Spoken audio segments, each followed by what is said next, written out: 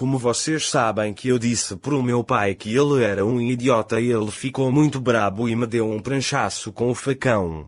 Fique tranquilo porque sabia que ia ficar com aquela tala só por 2 semanas kkkk. 2 semanas depois fui para o hospital para tirar aquela tala.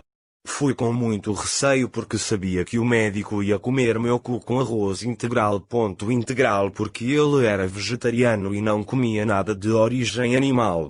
Isso tudo me fez pensar sobre a vida de idosas albinas venezuelanas que vieram para o Brasil no século passado e já morreram porque ninguém vive tanto assim como essas velhas. Pensei que essas velhas eram fantasmas da Segunda Guerra Mundial ou da Primeira. Porque elas eram tão velhas que pareciam esqueletos vivos com mais de 1200 anos. Essas idosas eram fotogênicas e iguais aos vikings que navegam sempre pela manhã e pela tarde todos os dias. Pensei virar um viking como eles. Tentem olhar no YouTube, Google etc. Não consegui achar nada até que um dia encontrei na rua um velho que pensei que era aqueles esqueletos vivos que mencionei no parágrafo anterior. Mas na verdade ele era um dos maiores e mais espetacular, mendigo ali da região. Fiquei triste e continuei a minha jornada. Andei acho que mais de 20 quilómetros atrás desse maldito viking. E quando finalmente completei meus 25 quilómetros encontrei um gatinho perdido assustado em uma árvore ali na região. Chamei os bombeiros, eles resolveram esse caso, mas o caso desse tal de viking achei que era impossível. Andei mais uns minutos e decidi voltar para casa porque já estava anoitecendo e meus pais iam ficar bem preocupados. Quando cheguei em casa me deparei com um zumbi amigo do meu pai que veio passar aquela noite na minha casa. Quando acordei dei de cara com toda a família toda daquele zumbi amigo do meu pai, que disse que não ia trazer mais nenhum amigo dele.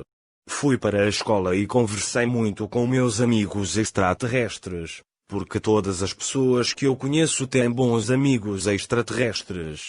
Sim ou não foi isso que eu disse quando perguntei para meu amigo se ele gostava de pernil de porco. Isso foi tão idiota que nem deveria estar no texto, mas enfim, continuando.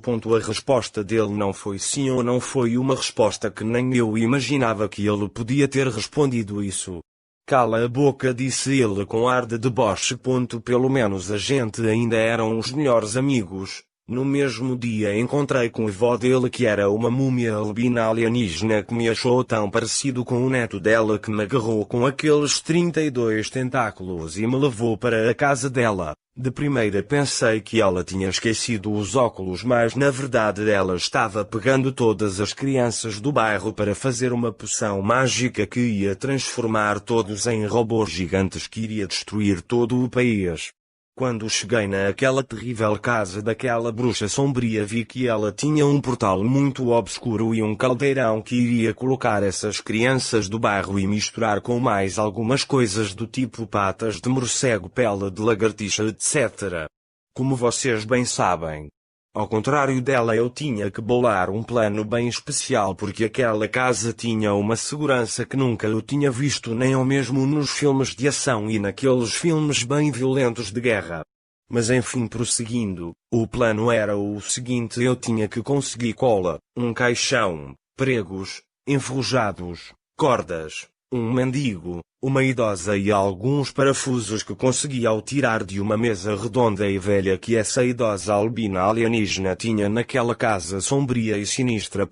Esqueci, também precisarei de 2 bolas de bilhar. Continuando, nesta casa também tinha um antílope anão albino que, ao contrário de sua dona que era uma bruxa, ela era do bem. Não consegui mais pensar em coisas idiotas, inusitadas etc. Por isso não continuarei mais escrevendo. Quem sabe quando tiver mais inspirações ou ideias malucas. Então parei por aqui, tal pessoal, até ao próximo capítulo de Coisa Idiotas que Inventei.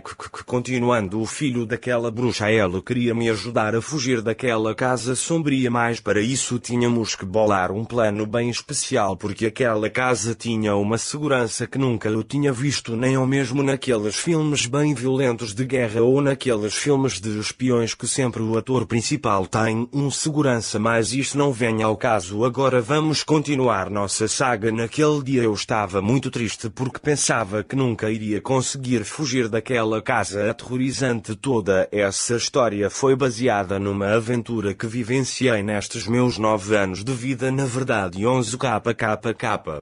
Continuando, vocês lembram daquele mendigo que no início da história eu confundi ele com um viking?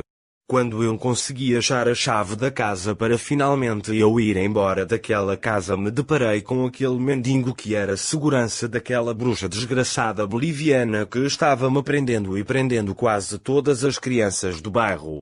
Aquele mendigo teve que mudar todo o visual dele para se tornar segurança daquela bruxa que daqui a um tempo e queria detonar com o país, transformando todos em robôs gigantes.